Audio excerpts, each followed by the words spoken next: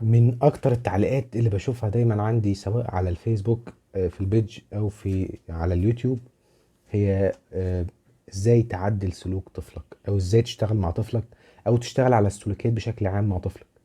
واكتر برضو حاجة من المشاكل اللي بتواجه معظم الامهات او اولياء الامور بشكل عام سواء اب او ام هي فكرة ان الاطفال العدوانيين او الطفل العنيف او بشكل عام الطفل اللي بيعمل حاجات عنيفة في البيت أو عدوانية طول الوقت سواء مع أهله أو في البيت أو مع الآخرين سواء إخواته أو حتى في نطاق المدرسة أو حتى أصدقائه أو نطاق البيئة اللي هو عايش فيها.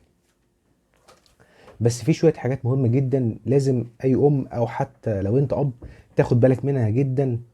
هي فكرة إن السلوك ده ما بيجيش من باب للطاقة، يعني ما بيجيش كده يقول أنا سلام عليكم أنا جاي سلوك النهاردة مع الطفل وهفضل شغال معاه، أو الطفل ده النهاردة أنا هشتغل السلوك ده معاه، أو أنا هبقى عنيف النهاردة. السلوك ده له مثيرات أو حاجات بتحصل قبله بتخلي السلوك ده يظهر. تعالوا بقى نعرف بالتفصيل الممل إزاي نعرف السلوكيات دي بتظهر ليه، أو إيه هي المثيرات اللي بتخلي سلوك زي سلوك العنف ده يطلع، وإزاي نتعامل معاه بشكل بسيط أو سريع مع بعض في الفيديو ده. يلا بينا.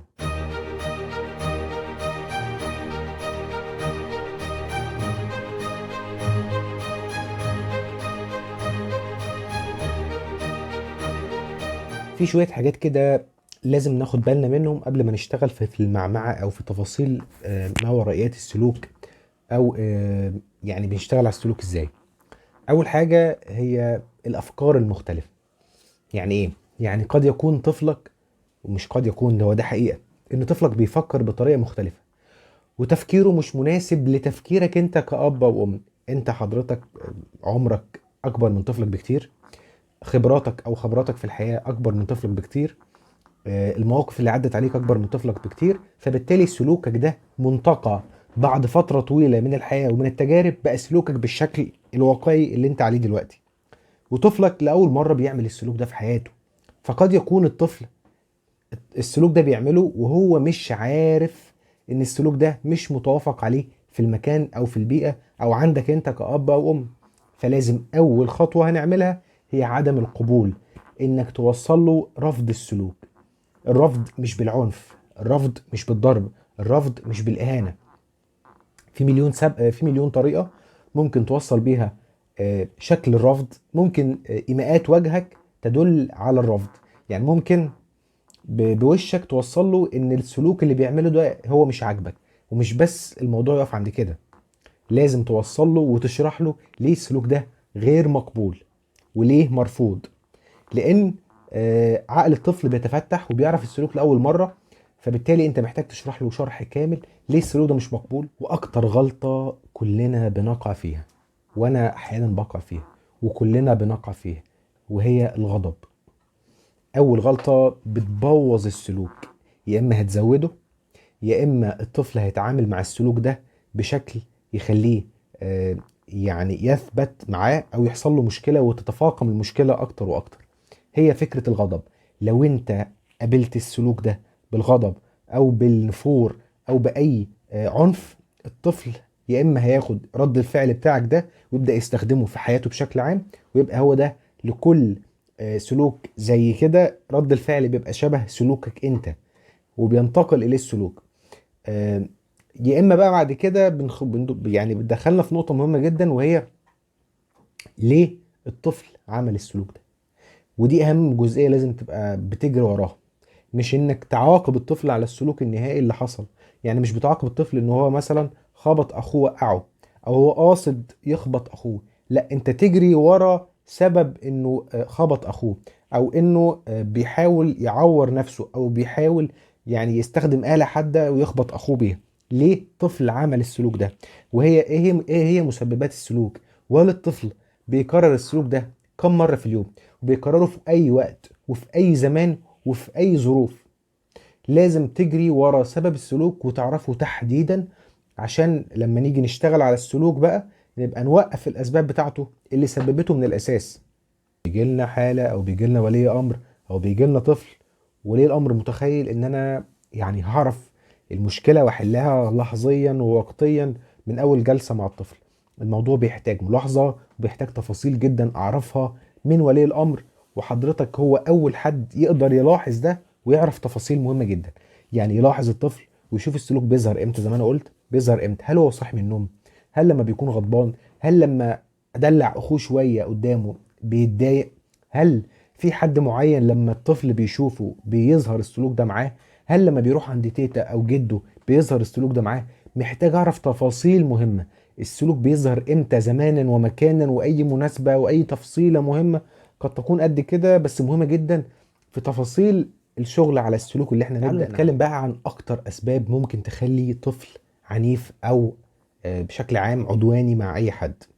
في شوية اسباب كده، يعني هحاول اسردهم، واكيد في سبب من دول الطفل هيكون في عنده سبب من دول ظاهرين عليه يعني وهتعرف. السبب الاول الحرمان او القهر او الظروف السيئة للصحة النفسية للطفل ممكن يعيش فيها، ودي اكتر حاجة ممكن تخلي طفل يبقى عنيف او ردود افعاله زيادة عن اللازم. تخيل طفل بيعيش مع مشاكل طول الوقت بيسمعها بين ابوه وامه. تخيل طفل بيعيش طول الوقت هو شايف مامته بتتضرب، او تخيل طفل بيعيش وهو طول الوقت حاسس ان هو طول الوقت في عصاية وفي حزام وفي شبشب بيطير في الشقة 24 ساعة. في قهر، في خوف، في رعب في البيت في مكان راحته طول الوقت. فتخيل الطفل ده يطلع ايه؟ يا اما يطلع بيقلد مامته اللي بتضربه بالشبشب، او بيقلد باباه اللي بيضربه بالحزام، او بيقلد باباه اللي بيضرب مامته قدامه. يعني قطعا هيحصل له نقل للسلوك. تاني حاجة ممكن تخلي الطفل يبقى عنيف او عدواني هي التقليد. وما ادراك ما التقليد. اي سلوك انت بتعمله او اي حاجة انت بتقولها طفلك هيقلدها. ودايما اقول ان انت اعتبر معاك كاميرا في البيت بتسجل طول الوقت ردود افعالك وكلامك وتصرفاتك وهتنقل. لو انت شخص عنيف هيطلع طفلك عنيف. لو انت شخص هادي طفلك هيطلع بنفس هدوءك. لو انت ردود افعالك متزنة طفلك هيطلع بنفس ردود افعالك. لو انت طول الوقت بتخبط في طفلك وبتخبطه في الرايحة وفي الجاية هيطلع طفلك كده ويعمل في اخوه كده. فما تستناش حاجة من طفل انت ما بتعملهاش او انت بتعملها واكيد هيعملها زي. تالت حاجة هي الصورة السلبية الدائمة، انك طول الوقت حاسس ان الطفل زي النيلة، زي الزفت، انت وحش، انت عنيف، انت زي وطول الوقت انت بالنسبة للطفل او شايف الطفل بتاعك ده شيطان في البيت. فالطفل بيحس ان صورته دائما سيئة عند ابوه وامه، فالموضوع بيزيد اكتر من ما هو متخيلين كمان. يعني بدل ما هو يتحسن لا انت وصلت له صورة سلبية دائمة ومفيش تحسن، فخلاص هيفضل زي ما انا وخلاص. الافكار الخاطئة اللي بتتسلسل او بتخش داخل عقول الاطفال في الصغر زي ايه؟ زي التلفزيون، التليفون، السوبر هيرو، سوبرمان، سبايدر مان. الحاجات دي لو ما كانش عليها رقابة وانك تتدخل في افكار الطفل وتفهمه ان الشخصيات ديت مش حقيقية، وان الشخصيات ديت مش بتاخد حقها بالعنف وبالضرب وبالقتل فقط، الطفل هيتزرع فيه ان اي حاجة بتيجي في الحياة عن طريق ان انا ابقى زي سبايدر مان هتنطط واطلع على الحيطة، او اشوف حد اضربه، او انا حقي ما بجيش زي غير زي ما اعمل زي باتمان او زي ايرون مان زي اي سوبر هيرو موجود في الدنيا. وهعمل زيه عشان اخد حقي. وان الحق ما بيجيش غير بالضرب او بالعنف او بالتكسير في الشقة. لازم ناخد بالنا طفلنا بيتفرج على ايه، ولو هيتفرج على حاجة من دي لازم توصل له دائما ان الحاجة ديت مش حقيقية، وان دي تمثيل او ان ده تمثيل، وان الشخصيات ديت دايما بتجري ورا تحقيق الخير مش تحقيق الشر. وان الشخصيات ديت في بيوتها ناس هادئه او ناس ما بتعملش العنف. والناس دي انت ممكن تستغل السوبر هيرو او الشخصيه اللي بيحبها الطفل انك طول الوقت تديله الحاجات الايجابيه اللي انت عايز تزرعها فيه بان الشخص ده بيعملها. من الحاجات برضو اللي بتخلي الطفل سلوكياته تبقى عدوانيه وردود افعاله غريبه ان الطفل ما يبقاش عنده خبره بتجيله، ما عندوش تفاعل اجتماعي. انك تعزل طفلك عن الاخرين. الطفل اللي بيقعد فترات طويله داخل منزله وما يبقاش عنده احتكاك بالاخرين وما عندوش تفاعل اجتماعي مش هيجيله الخبره الكافيه. الخبره الكافيه اللي تخليه يتحط في مواقف ما يتعاملش فيها بعنف لانه ما اتحطش فيها قبل كده. ما جاش فرصه انه يغلط، ما جاش فرصه انه يتعلم من خطأه لانه طول الوقت قاعد في البيت انت خايف عليه بزياده. فالطفل ما بيتعلمش من اخطائه، ما بيتفاعلش تفاعل اجتماعي سليم، فبالتالي ردود افعاله هتبقى غريبه وغير متوقعه لانها بتحصل لاول مره. لو حددت السبب من اي سبب من اللي انا قلته او حتى سبب اخر غير اللي انا قلته، هنخش بقى في فكره اول حاجه ممكن نستخدمها، وهي طريقه بنسميها، انا شخصيا بسميها هي السحر اللفظي. ازاي تبقى دحلاب؟ خليك اب وام دحلاب. ازاي تدخل السم في العسل؟ ازاي تحط الكلمات اللي انت عايز تزرعها في طفلك طول الوقت بشكل غير مباشر؟ انت عارف ان سبايدر مان ده بيصحى الصبح يغسل سنانه؟ انت عارف ان هو قبل ما يروح المدرسة بيروح الحمام وبيصلي وبيتوضى، او بيتوضى وبيصلي؟ انت عارف ان سوبرمان ده بيسمع كلام مامته وبيروح يجيب لها كذا من السوبر ماركت؟ انت عارف ان كذا بيعمل كذا، واستخدم الشخصية اللي بيحبها الطفل. انت عارف ان انا وانا صغير كنت بعمل كذا وبعمل كذا. حط الافكار وازرعها طول الوقت في حديثك غير الموجه. يعني ما تأمرش الطفل روح هات كذا، لو ما عملتش كذا هتتعاقب في كذا دلوقتي او هتتضرب. ما يبقاش طول الوقت يعني اوامرك بشكل مباشر. خلي كلامك زي ما انا قلت كده سحر لفظي. اتدحلب في الكلام مع طفلك.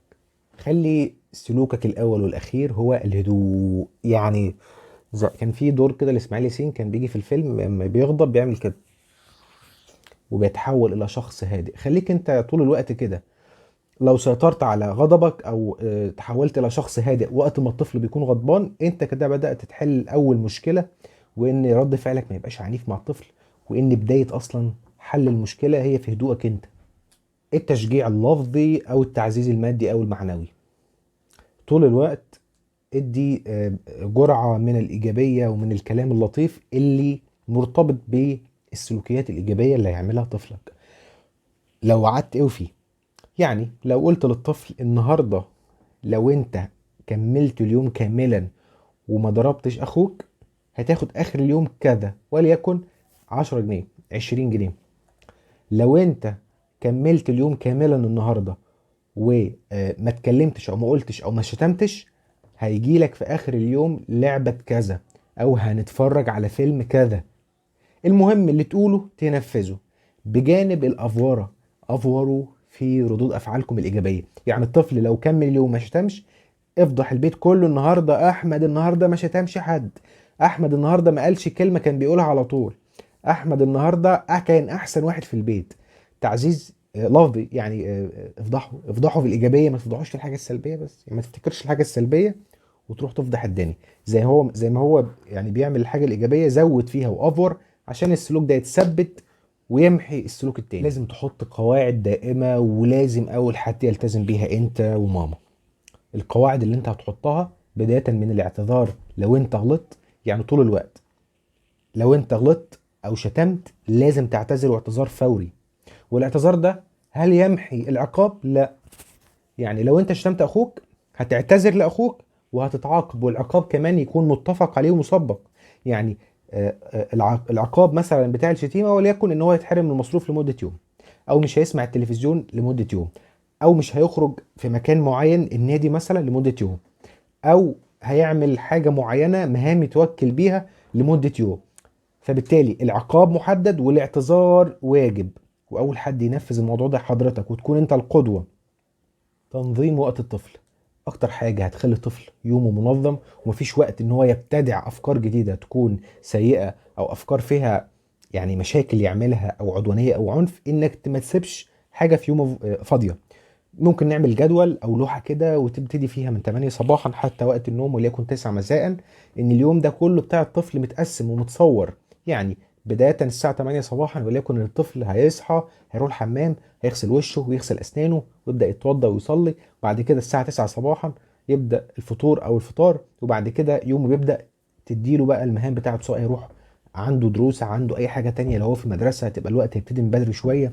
المهم ان يومه كله بيبتدي ومرسوم قدامه وبينفذ الخطوات اللي انت حاططها له في اللوحة بتاعته وصولا الى وقت النوم. والطفل يبدأ يبص على اللوحة ويبدأ ينفذ تباعا الخطوات اللي انت عاملها له. ودي اكتر حاجة كمان بتحفز الطفل عشان يومه يبقى منظم ومفيش عنده حاجة. حتى وقت الترفيه هيتحط. وكمان لو انت شاطر يعني او حابب تعمل موضوع ممكن تحط تحت كده حاجة اسمها قائمة العقاب وقائمة الثواب. لو عملت كذا هتبقى دي في قائمة العقاب وتختار العقاب اللي هو عايزه، وقائمة الثواب لو عمل حاجة كويسة هيختارها من ناحية وليكن ده على اليمين وده على الشمال. خليك قدوة لطفلك في كل سلوك هتعمله، ولو ما كنتش قدوة لطفلك يبقى شوف له قدوة تانية او شوف له اب تاني. اختار كل حاجة بيشوفها طفلك، كل ما يراه طفلك لازم تشوفه ولازم تعرفه ولازم تناقشوا فيه. تلفزيون، تليفون، خروجات، اشخاص. يعني البيئة ديت او المكان اللي بيشوف الطفل او كل ما الحاجة بيشوفها الطفل بعينه لو انت ركزت فيها.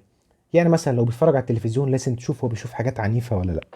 لو بيشوف حاجات ومضطرين تسمعوها سوا لازم تتناقش فيها وتعرفوا ان الحاجات ديت مجرد تمثيل او الحاجات ديت ليها تبرير كذا. فلازم تتناقشوا في اللي بيشوفه وتعرفوا الصح من الغلط، ما تسيبوش او افكاره ما سيبش افكاره يعني تتاخد كده، او ياخد السلوك اللي بيشوفه في التلفزيون او في التليفون ويبدأ ينقله عندك في البيت. خليك دايما في ظهر الطفل مش قدامه، وجهه ما تاخدش مكانه. يعني طول الوقت يا دوب توجه الطفل يعمل ايه في المواقف، مش تتحط انت مكانه. يعني لما يتحط في موقف سيبه يتصرف، وجهه في الموقف، لكن ما تروحش تتحط انت مكانه وتمحي شخصيته. دي اكتر حاجة بتخلي الطفل ياخد تجارب حياتية ويتعلم ازاي يتعلم من مواقفه اللي بتمشي في حياته طول الوقت. وحتى لو تعرض لعدوانية او لعنف من اي حد حواليه، هل يبقى شخص سلبي وما يتعاملش، او لازم يتعامل او يرد ازاي؟ ودي حاجة مهمة جدا. واكتر حاجة ممكن اقول لكم او انصحكم انكم تعلموها لطفلكم هي لعبة الكاراتيه. ليه الكاراتيه او ليه الكاراتيه بالذات؟ اصلا الكاراتيه مبني على فكرة التحكم في الغضب، ودي من ضمن الحاجات اللي انتوا او الاطفال بتتعلمها اثناء لعبة الكاراتيه. الكاراتيه ما بيعتمدش على فكرة العنف او التلامس اللفظي العنيف. الفكرة كلها انك ازاي تحمي نفسك بدون استخدام اي حاجة بايدك بس. هل طفلك يقدر يعمل كده؟ الكاراتيه بيعمل كده، بينظم الطفل، بينظم وقت الطفل، بيخليه يتحكم في غضبه، بيخليه يعرف ينظم حركات جسمه، فبالتالي طبعا بيفيد. ادي مساحة كافية لطفلك يعبر عن غضبه. ما تخليش الطفل يحمل اي مشاعر او ضغينة او سلبية تجاهك او تجاه اي حد. اديله مساحة يتكلم، اديله مساحة يقول انا زعلان منك يا بابا، انا غضبان او متضايق منك، او انا متضايق من ماما، او انا متضايق من كذا عشان هو عمل كذا. لو انت اديت له المساحة دي وخليته يعبر عن غضبه، صدقني عمره ما هيبقى عنده ضغينة او عنف او حقد تجاه اي حد، ويبقى طول الوقت انا مستني الفرصة عشان اخد بطاري.